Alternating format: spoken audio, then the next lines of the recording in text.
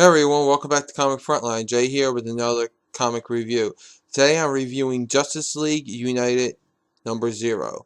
The title of this issue is Justice League Canada, Part 1 of 5. This is written by Jeff Lemire with art by McKone. Dr. Adam Strange seeks out Animal Man and Stargirl to help him when he and his fiancée stumble upon something that the Justice League may not be prepared to handle. And what is the Woodago? Story starts off in the Polaris system near Thanagar. Scientists are experimenting on this infant and said it's almost ready. And then this new Justice League shows up, which is Green Arrow, Animal Man, Martian Manhunter, Stargirl, Supergirl, and Adam Strange. They show up and it's too late though, because this alien baby that was being experimented on does something, and it seems like it's kind of an all-encompassing act, because it sends off something like a psionic thing, but other people are like holding on to their ears and their eyes, and you see it crackling, so it's maybe a multiple fronts that this baby is sending out this energy on, and everyone's in agony. This brings you back to 3 days later, when the most celebrity of superheroes, which are Animal Man, who's an actor, and Stargirl, who was put out as, the front girl for the Justice League of America, are at a comic book convention in Toronto, Canada. In line is Adam Strange, who tells them, I work at a university, I'm a doctor, I'm a anthropologist, and we were on me and a grad student of mine were on a dig, and we found something, and then a light came and it took her away. I know I sound nuts, but I'm not. And then he pulls out this skull, and he's like, see? And then he pulls out a machine, and something happens with Stargirl's cosmic rod, and before they know it, they're transported to an alien world, and then they're transported right back within a blink of an eye. And that is enough for Animal Man to say, we need to look into this. And Stargirl's like, she's still not all up to it, but she goes along with it. They go to where Doctor Strange and his grad student were at the dig site, and as they get there, they're attacked by these alien creatures in this like armor, which is really weird looking, but it's really awesome looking too. Meanwhile, back at the Moose Factory Island, the Moose Cree First Nation, two girls are talking. The one's like, I gotta go home, my grandmother's waiting for me, my granny's waiting for me, I'll see you later, and she says bye. She walks into her house, and this guy's there, and then the guy's like, you know who I am, and she's like, where's my granny? He was like, you recognize me, you gotta do it before this thing comes. And she's like, what are you talking about? And he goes, the Watago is here.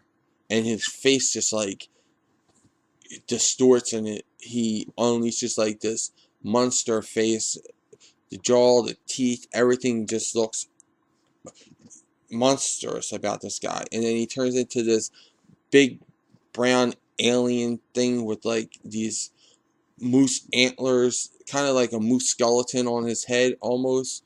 And he's telling her to say it, and she's like, no. And he's like, say it. And she says, Kiwaratin. And she transforms into a costume person. She has a costume on her, and she shoots something at this thing. It disappears, and then her granny shows up, and she's trying to tell her granny that something was there, and it's all there. And the grandmother's like, what are you talking about? Trying to calm her down.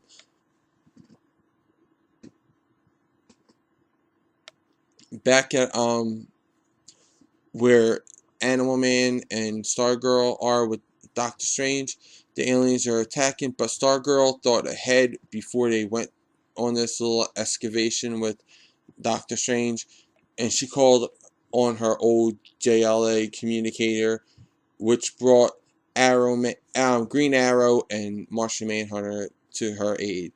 She thought there would have been more, but apparently, the Justice League of America got disbanded because no one really trusted them with everything that went on.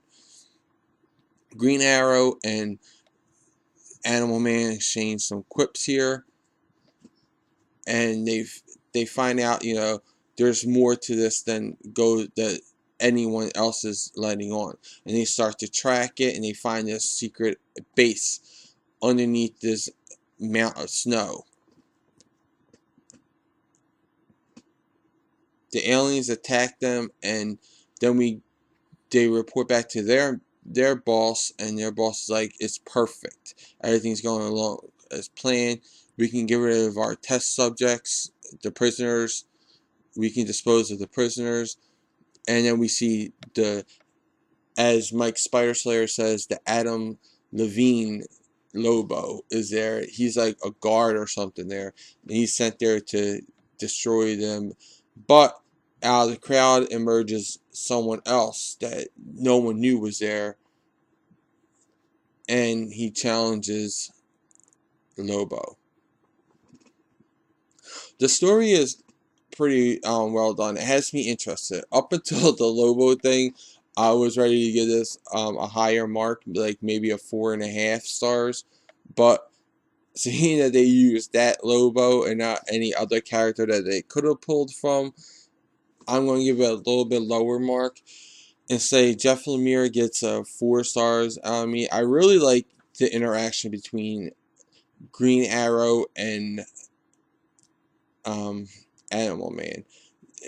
Animal Man saying, yeah, you shoot arrows, and Green Arrow's like, you're named Animal Man. Like, it's just this really funny moment between them.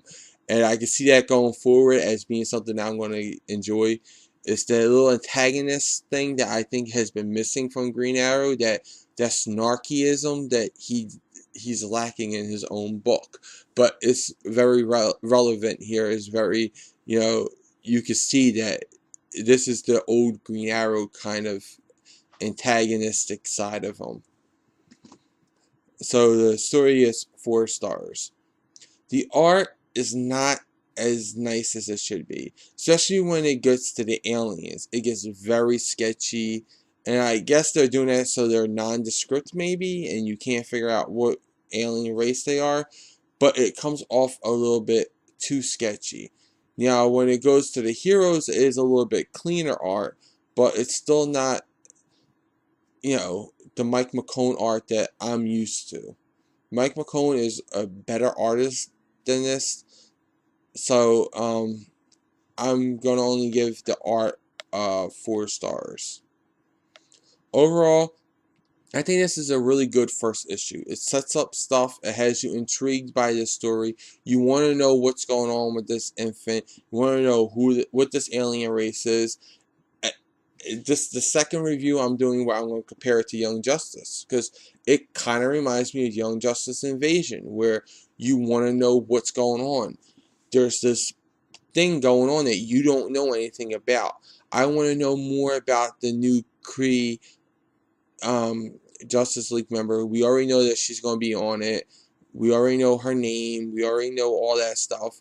But I want to know more about her. Where, what is her connection to all this? Where does it come in? And I'm looking forward to all that. So overall, I'm going to give this book 4 stars, and I recommend you picking it up because I expect this to be on the same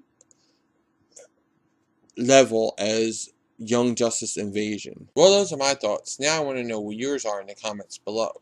Also, like this video, subscribe to Comic Frontline, check out and subscribe to my channel, The Comic Book Theater. Check out Comic Frontline, the site, for all the latest previews, reviews, news, and interviews. For even more news on all things related to comics, comicrelated.com is your source for all your comic book needs with daily updates. And don't forget to like and follow me and Comic Frontline on Facebook, Twitter, and Google+. I'll include all these links in the description below. Until then, I'll catch you in the next review.